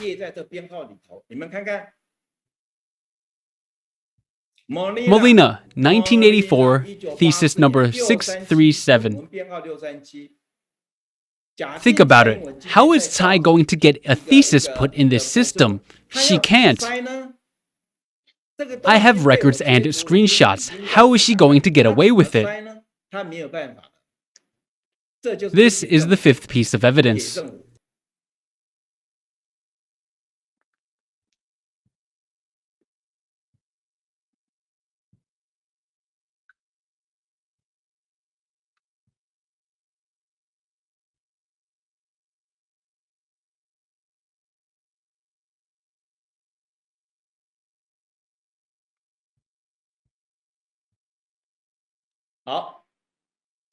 I won't explain the remaining evidence. I'd like to thank everyone. That is the end of my presentation. At this point, I'd like to offer everyone some words of encouragement and share my expectations.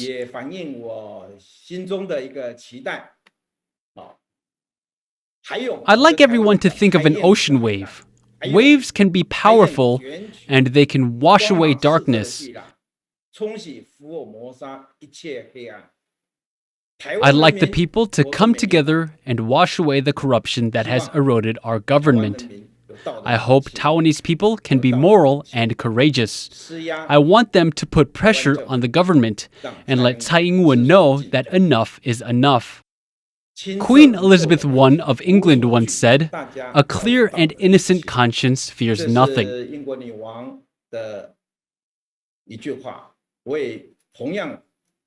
I'd like to send these words to the University of London administrators as well.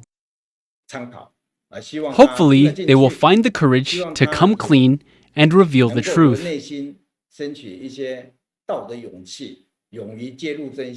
They must uphold academic integrity, protect legal equality, and encourage morality. Thank you, everyone. A big thank you to Professor Lin. He is a devoted scholar, highly respected. Due to the large volume of material we have to cover today, we will be taking up some time. You may want to break it up in sections to listen. Also, a big thank you to the Legislative Council for allowing us to use this facility to present this report in its entirety. Professor Peng, are you ready?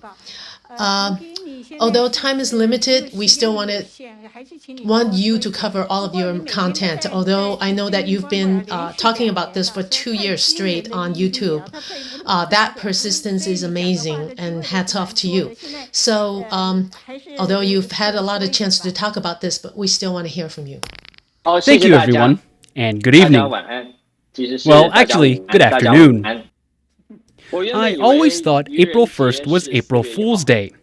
But after these past 800 days of investigating the truth behind Tsai Ing-wen's degree and chasing it in the court, every day has been April Fool's Day for me.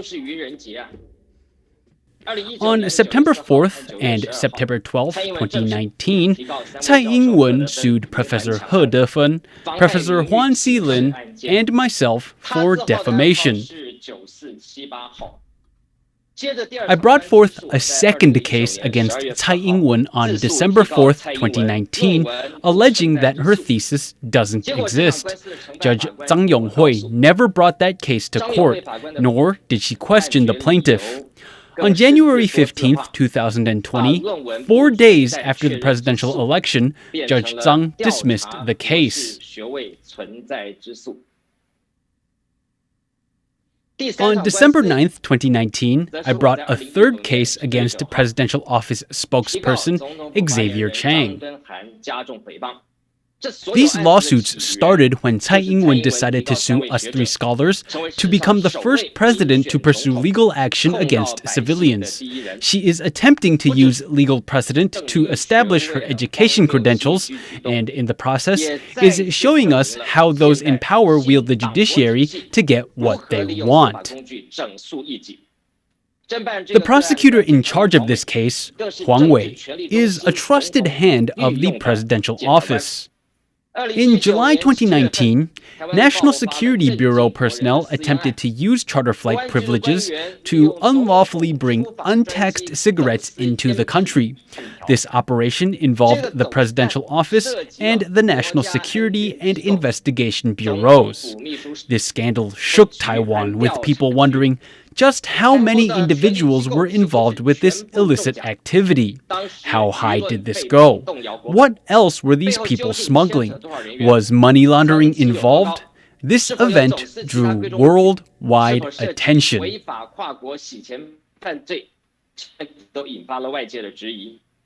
At the time, the Taipei District Chief Prosecutor dispatched Hwan Wei to handle legal proceedings for the case. That same Chief Prosecutor was promoted to High Chief Prosecutor on March 18, 2020. Last month, Hwang was also promoted as well. Hwan Wei didn't disappoint. He handled the cigarette smuggling case and dealt with it in 33 days, indicting only 2 lowly majors on corruption charges. The other 27 people involved were charged with breaking the Tax Collection Act and only had to take 6 hours of classes as punishment. Among the 27 was Colonel Chen Minghua, who was promoted 2 levels to general. The media sarcastically said this smuggling scandal gave us a great general. The Taoyuan District Prosecutor's Office should have had jurisdiction over this smuggling case. Instead, the Taipei prosecutor took it over and closed it with minor tax evasion charges. That's not all. In September 2020, the legislature was hit with a bribery scandal. After a lengthy and comprehensive investigation, authorities entered the legislature with warrants and apprehended several top legislative aides. Prosecutors' investigation for this case was closed. In their press release, the prosecutor found legislators guilty of taking as much as 9.2 million new Taiwan dollars in bribes. This case was seen as the first shot fired in the lead-up to the 2022 elections. Hwan Wei once again was the prosecutor in charge. The Taipei District Chief Prosecutor appointed Hwan Wei to handle Thesisgate in the courts. Hwang consolidated 15 separate cases into the defamation case he was tasked with. Among the consolidated cases are my own false accusation case against Tsai Ing-wen, a case against the 3 scholars alleging that we broke the elections law, and another case accusing Tsai of having public servants post false information. These cases involved separate matters and were different in nature. How could they be consolidated? Political interference is everywhere, at the prosecutor's office, the presidential office, and most importantly, the courts, which should be independent. Tsai's public prosecution against the 3 scholars did not see its first courtroom hearing until October 14, 2020, 406 days after the case was filed. My case against Tsai Ing-wen didn't have a hearing in the High Court until October 27, 2020, 323 days after I first filed it. When Judge Zhang Yonghui first dismissed my case on January 15, 2020, the China Times and the Liberty Times newspapers published 2 separate stories about me losing the case at 3:28 p.m. and 3:29 p.m. that day.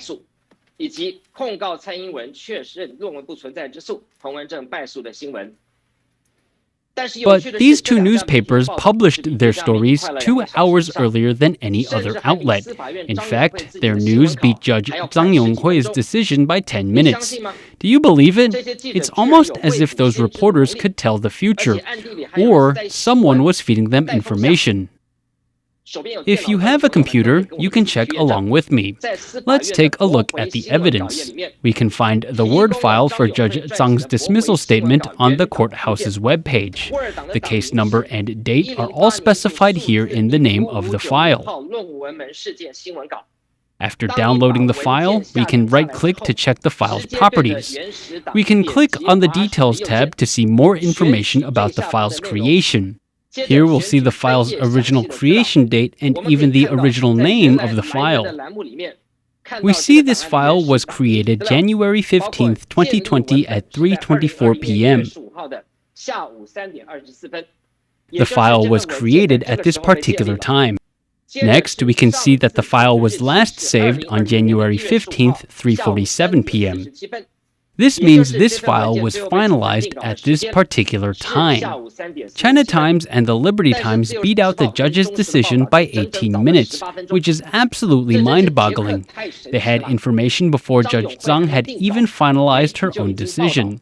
Our lawyers didn't even know the case had been dismissed until they saw the news reports. Who is orchestrating all of this? Did this decision come from Judge Tsang or someone else? In my case against Presidential Office spokesperson Xavier Chang, a judge sent a request to the Foreign Ministry for processing. The Foreign Ministry told the courts it needed to go through justice agencies because the request required legal assistance from another country. Taiwan and the UK do not have a mutual legal assistance agreement. Furthermore, there is no mechanism that can specifically address thesis concerns. The ministry gave the court a hard time, as if they're trying to play interference. Tsai Ing-wen tries to employ the right people in the right places. In her case against us three scholars, the presidential office has employed Formosa transnational law firm, which was founded by National Security Council Secretary General Wellington Nccu. Foreign affairs and national security agencies frequently interfere in our investigation efforts. Tsai is using high-level assets to block the flow of information. Tsai appointed her cousin-in-law Wu Minghong as Supreme Administrative Court Chief Justice. He then helped seal away her career files for a period longer than allowed by law. Judicial Yuan President Xu Zhongli is, of course, overlooking my case against Tsai. In November 2019, Chen Meitong was appointed Human Resources Head at the Judicial Yuan. Chen is lawyer Lian Yuanlong's wife, who is very close to Tsai Ing-wen. Lian has helped Tsai in many high-profile cases. His daughter joined Tsai's team long ago. She was a volunteer for Tsai in high school, and after graduating from the London School of Economics with a degree in communications, now handles social media for Tsai Ing-wen. Chen Meitong's story is even more unbelievable. Chen Meitong, a lawyer, was allowed to become a justice administrator by way of a certain rule. At first, in November 2019, the Civil Service Ministry said Chen wasn't qualified to be head of human resources at the Judicial Yuan. The Civil Service Ministry said Chen did not fulfill the conditions of the rule, which would allow her to become a civil servant. The rule in question was meant for lawyers to become judges, not administrators. However, in the end, Chen became Human Resources Head after a supervisor made it happen. Chen's sudden installation was to hamper Thesisgate activities. Judge Zhou Yuxuan was removed from my case against Presidential Office spokesperson Xavier Chang after having been assigned to it for 16 months. She was switched out shortly after she ordered evidence retrieval from the University of London. Zhou is said to have applied for parental leave. Judge Zhou Yuxuan was switched out for Judge Tsai Yuxuan. Shortly afterwards, the High Court returned my case, which Judge Zhang Yonghui had initially dismissed, to the district level. Unfortunately, Judge Zhang would once again be the presiding judge in district court. However, things only get more ridiculous from there. I received 2 letters from the district prosecutor's office. One informed me that Professors He and Lin were not going to be charged. The other informed me that I was going to be indicted for defamation. Let's go back to March 31st, the very first time it was announced I was being indicted. Both Mirror Media and Apple Daily reported that there were 16 pieces of evidence that indicated I broke the Civil Servants Election and Recall Act. This information had to have come from the prosecutor's office.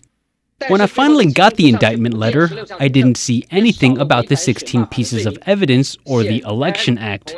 The information the media received and what the district prosecutor sent me was different. We can conclude that the prosecutor's office wanted to pursue a case against me based on the Elections and Recall Act. Their goal was to single me out from the other two defendants by using the Elections Act so that I was the only defendant. They wanted to single me out. This is exactly why I'm included in the non-indictment letter that Hwan Wei sent out. My charges in the indictment letter should have listed breaking the Recall and Election Act as a charge. Instead, I was charged with defamation. Hwang was pressured into changing the charge by his superiors. That's the only reason why a seasoned prosecutor like him would do something so strange and erratic. Another clue we get from the indictment letter is that prosecutors use excerpts from the True Voice of Taiwan as evidence in building their case. Prosecutors used clips from between September 5, 2019 and January 11, 2020, the date of Taiwan's presidential election. Their selection of clips hint that prosecutors were trying to pursue a case against me under something to do with elections. Hwang's last-minute change could only be the result of political pressure. It also exposes Tsai and her people's biggest fear. Judge Zhou Yuxuan, the only judge who was willing to investigate Xavier Chang, was switched out in my case against him for Judge Tsai Yuxuan. I'd like everybody to remember, the Foreign Ministry initially denied Judge Zhuo's request to obtain evidence from the UK on our side's behalf. But after applying to see case files again at the beginning of this year, I discovered that Taiwan's UK representative office did send information back on January 7, 2021. That information was classified. It turns out Judge Zhuo did get a response, but what's strange is that the returned information was classified, which means I, the plaintiff, could not access it. When we take a look at the classified document, we find that only evidence requested by the defendant was obtained. All of the documents were given in response to Xavier Chang and Formosa Transnational Law Firm. The plaintiff's requests, our requests, were ignored. What is going on? We complied with the same procedures, same laws, and same methods. Why did the Foreign Ministry only obtain evidence from the other side? Judge Zhuo apparently saw this too. On November 20th, the judge circled a part of the document which pointed out this discrepancy. Perhaps Judge Zhuo was trying to tell us something. Perhaps the judge was trying to leave us a clue to tell us that this case was not as fair as it seemed.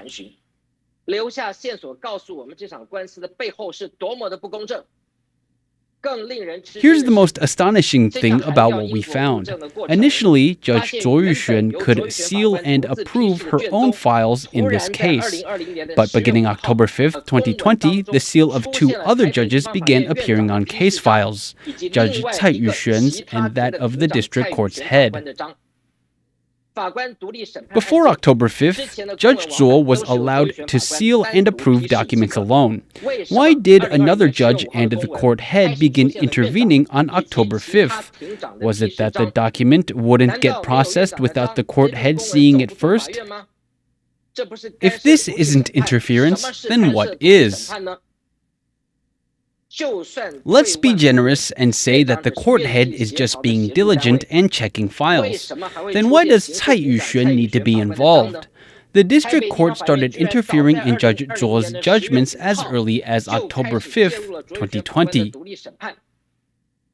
Here's what's even more ridiculous. We're told that Judge Tsai was chosen to replace Judge Zuo via random computer selection. There are over 20 courtrooms and over 70 judges for the computer to choose from. The odds of Judge Tsai getting placed on this case by pure coincidence is less than 1%. The courts are playing us for fools. Judge Tsai's appearance after Zuo's departure is not by chance. If it were, then why did Tsai's name show up 2 months before while Zuo was still around? Tsai's entrance is to replace an unruly judge who would not play nice with the masterminds behind this conspiracy. The evidence is out there. Tsai Ing-wen's fraud is clear. It's obvious the administrative courts are protecting her. Future case decisions carry with them the fate of Taiwan. I'm not afraid of the law. I'm not afraid of prison. I'm afraid Taiwan's society will never wise up to what's happening. Lastly, I like to remind Tsai Ing-wen of something President Abraham Lincoln once said. You can fool some of the people all of the time and all of the people some of the time, but you cannot fool all of the people all of the time. The Bible has also warned about transgressors like you. Your heart must be heavy after 30 years. Tsai Ing-wen, only you can save yourself. Step down, accept your punishment, and give Taiwan and its democracy a fighting chance. Thank you.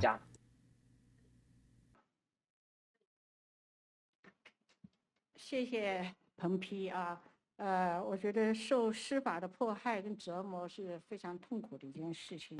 Thank you, Professor Peng. Being on the receiving end of judicial persecution is torturous. I'd like to thank the two professors for their remarks, and now I'd like to add a few things. What kind of crimes is Tsai Ing-wen pulling off now? She is engaging in forgery and perjury. I like to point out that in the past, the government has raised concern over Tsai's thesis. When that happened, the Education Ministry sent letters to the UK to ask for verification. The first time this happened was on December 28, 1984. Shortly after Tsai Ing-wen applied to be promoted to a full-fledged associate professor, the Education Ministry sent a letter to Taiwan's UK representative office to get some answers. The UK representative office, which was called the Free China Center in London at the time, didn't respond to that first inquiry. So the Education Ministry sent a second letter on August 22, 1985, asking for a response. And it didn't get one. It wasn't until a few days ago that we found out the Examination Ministry also asked the Education Ministry about Tsai Ing-wen's degree in 1987. In the lead up to the civil service exam, the Education Ministry respectfully assisted the Examination Ministry and sent another letter to the Free China Center and was again met with no response. 3 letters went, none came back. How interesting. Legislator Apollo Chen asked about this correspondence in 2010. When he did, the Education Ministry pulled out a document. On January 7, the Education Ministry received questions from Legislator Chen asking about these 3 requests sent to the Free China Center. You'll see here there are 3 instances, the 2nd, 3rd, and 4th out of 5 inquiries where there were no response. The Education Ministry said that it received a response for a June 1984 request. The response included a letter from the school saying Tsai indeed got a degree from LSE and had a thesis. The ministry pointed out that the P.C. Kennedy, the woman Professor Lin just mentioned, was the one who said these things about Tsai's degree. Ms. Kennedy sent 2 letters, one in 84, one in 87. One has a signature, one did not. The letter just simply said Tsai has a PhD. There are some peculiarities here that serves to prove that these letters are fake. Have a look at the Education Ministry's first inquiry for information here. It was sent out in June 1984, but don't forget, the Education Ministry didn't request NCCU to send a photocopy of Tsai's diploma until December 1984. Earlier, we said that Li Huan expedited Tsai's document on August 10th. After a bit of back and forth, Tsai's position was approved, and it wasn't until after that she was asked to provide a diploma photocopy. So what business did the Education Ministry have asking LSE for Tsai Ing-wen's information in June 1984? Is the Education Ministry just that good? Did it somehow know to ask Tsai's school for information in June, even though it wouldn't receive her photocopy diploma until December? We're dealing with some time travel here. Now, who exactly is P.C. Kennedy? Why was one of her letters lacking a signature? Professor Lin questioned whether this person really exists. This signature, the one that did have a signature, the signature looked like a mess. It defies all common sense. And here's the strangest part. The Education Ministry sent a letter to the Free China Center. The Free China Center sent back P.C. Kennedy's letter, which said Tsai has a degree. Back then, the Free China Center was divided into two sections. One has a general affairs section, which has a diplomatic function. The other was the information section. The information section fell under the Information Bureau's jurisdiction, not the foreign ministry's. The General Affairs section should have taken care of matters pertaining to consular procedures, overseas compatriots, and government administration. But this letter responding to the Education Ministry was sent out by the Information section, which is not a diplomatic entity.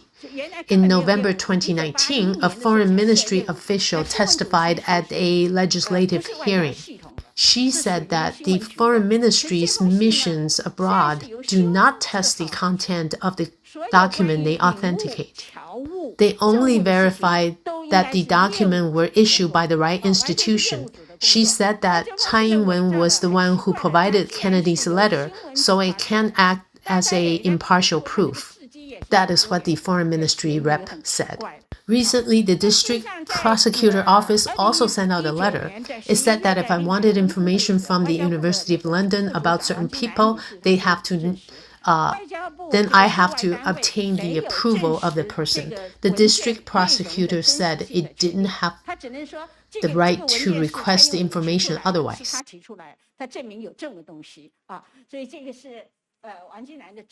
The district prosecutor said it didn't have the right to request the information otherwise. Tsai's crimes are appalling. The damage she causes continue to worsen and spread. She employs lies, commits even more crimes to maintain her cover.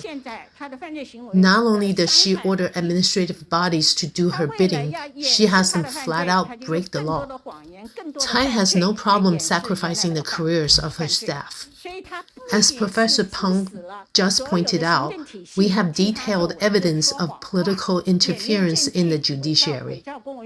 The courts don't believe us when we present hard evidence. Instead, it chooses to believe the signature list documents and forgeries the other side constantly produces. This is a major problem to have in the justice system. Now, we'll wrap it up for today. In summary, I believe that the evidence we presented today is much more severe and damning than the evidence we had back in August 29, 2019. Tsai Ing-wen, today we held an international press conference and presented our argument. Don't pretend we don't exist. And don't turn to Javier Chang or to the examination ministry to offer up any more inane excuses. You must face this issue. Of course, the best way to make this go away is to present your original credentials. We've asked you to do this since the beginning. That's the easiest way to solve this matter. If you've lost your original diploma, then you should send a letter to the University of London in your capacity as president, in your capacity as an alumni, and have the head of the school officially vouch for you. After that, it would be good practice if the University of London apologized for losing Tsai's thesis. I think that would be a good way for Tsai to solve this matter. Of course, Tsai can move forward with her lawsuit against the three of us. But she should know we will stop at nothing and we will continue uncover the truth. If Tsai wants to continue with her lawsuit, then fine, I'm not afraid. But I will not accept a decision from an improper judicial system that can't be trusted. A judicial system like the one we've been put through cannot protect the people's right. A justice system like that is merely a tool for persecution. Even if Tsai wants to sue, I will reject it, because I will not accept a trial in such a problematic system. If there is absolutely no evidence that can prove Tsai's innocence, and there's no way for her to reasonably refute our claim, then her only option is resignation. She won 8 million of our votes. We are a democracy, so we need to hold her accountable. How can she be expected to run a country? How can Taiwan... After years of perverting the system and nurturing such a backwards administration, Tsai has run her reputation into the ground. If she has any semblance of shame or self-awareness at all, then she should know resignation is her only recourse. If she wants to retain any dignity she has left, then she needs to step down. I can't make Tsai any promises on behalf of anyone else, but I will promise her this. If she steps down, then I will not sue her for false accusation. All of the other consequences will be up to the people. The people must be the ones to protect Taiwan's future. They cannot take passive stance or blindly trust the system. They cannot surrender to authoritarianism and leave their fate and future up to liars. Professor Lin, Professor Peng, and I are very stubborn people. We're simple in that all we pursue is ethical conduct. That is one thing we will never compromise on. We can't afford to compromise. We are stubborn. Our position is clear. We will not falter. We will continue to bring all of our information into public light. If we cannot convince the Taiwanese public after all this, if we can't get Tsai Ing-wen to own up to her wrongs, well, I believe this press conference will have its intended effect sooner or later.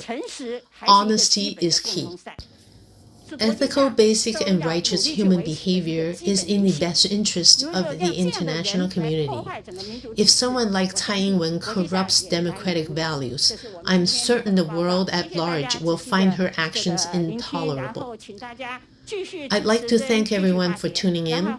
Please continue to support us. Please exert the people's power and tell Tsai Ing-wen to step down.